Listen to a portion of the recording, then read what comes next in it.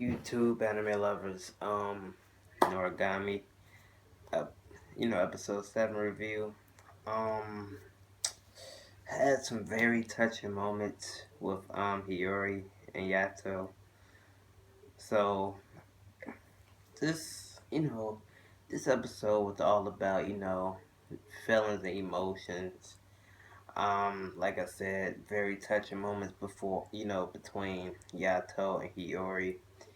Then you got Yato and Yuki. Um, Having to deal with a big decision. So let me just get into it. So 7, we start off with you know, Yuki Hiyori and Yato coming back from Bishamon's, you know, place, and everybody's excited. They're like, "Is everything all right? How are you? I'm glad you made it out." And basically, Yato told everybody the story, and now he's like, hopefully, that grudge he has against me go away. So I forgot the other guy name, but like the main guy, it's Yato Bishamon and that old man. I forgot his name, but he basically told Yato he'll send him to Bishamon's place on 2 conditions. Um, One was nobody knows that he was involved. The second one is you have to cut his ties from Hiyori. It's only right. Basically, she's been involved too much into stuff she should know about.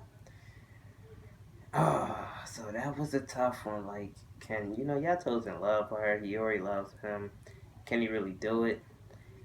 Turns out, Yuri was right there when he said it. She was like, "Are you really gonna do this?" Basically, she was like, "I told you, you know, I still want to be with you longer." So that was also a touching moment because Yato's face was all lit up, and you know, it was just touching. He ended up he didn't cut shit. So later on in the episode, you see him, running after her, and then the guy that said that was like, he didn't cut ties with her. Yato was really like, that boy just, what did he say? He said that boy is this. I don't know. He said that boy is really an idiot or something. So it was funny.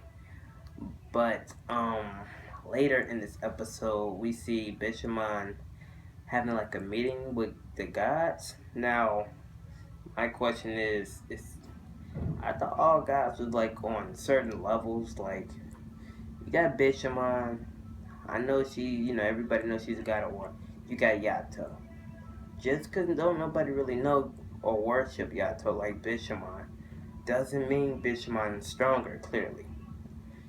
So when she had a meeting, it was a lot of gods there, and I want to know they're like the upper gods, so like they like stronger than Bishamon or something? Because if I'm a god and I have to have a meeting, I probably wouldn't take shit from no other god, to be honest.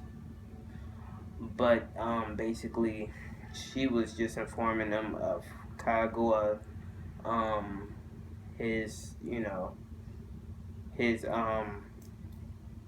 his treason, basically, how he basically betrayed her, and they was like, why didn't you bring him here? We could have, talked to him about the families with Max, and she was like, it was just in a moment decision. She banished him, and now we don't know where he's at.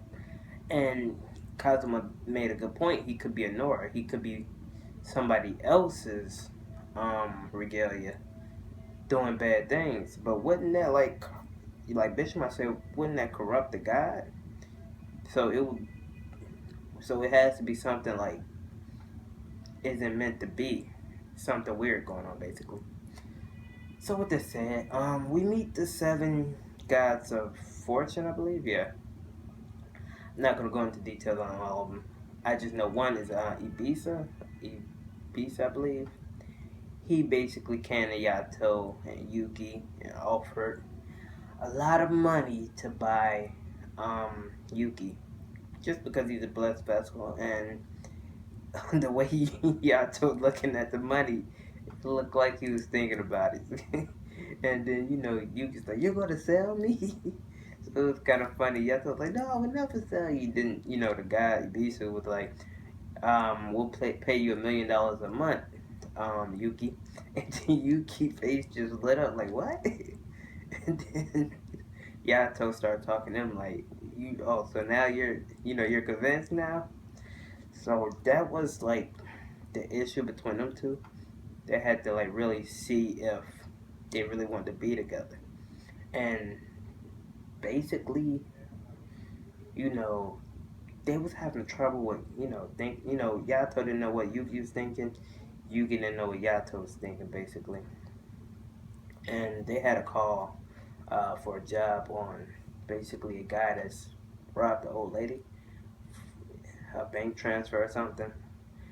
And it turns out it was like a phantom that that's a leech for money that was on the guy. So Yuki came up with this great idea, taking the money Ibisu gave them, throwing it out the way, throwing it like off the building and making it, fall on the floor. The Phantom got super huge, and of course Yato went down to cut it down.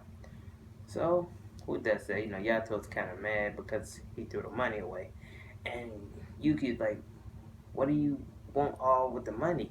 And it's not about the money for Yato. It's about the shrine. Yato dream is to have a shrine, and a shrine to God is some place where they're worshipped. They're given a shrine when they've they've been thanks and received um what is it called? Their gratitude basically. So Yato doesn't have that. He doesn't have many followers, so a lot of people doesn't know him. People knew him as a killing god, a god of bad things. So he's changed his leaf. So now he wanted to start doing good things and getting people to know to know him. Um, so what they say, it's not about the money. And Yato basically told Yuki that too. Like, Yuki, you're dead. You can't use money for nothing really.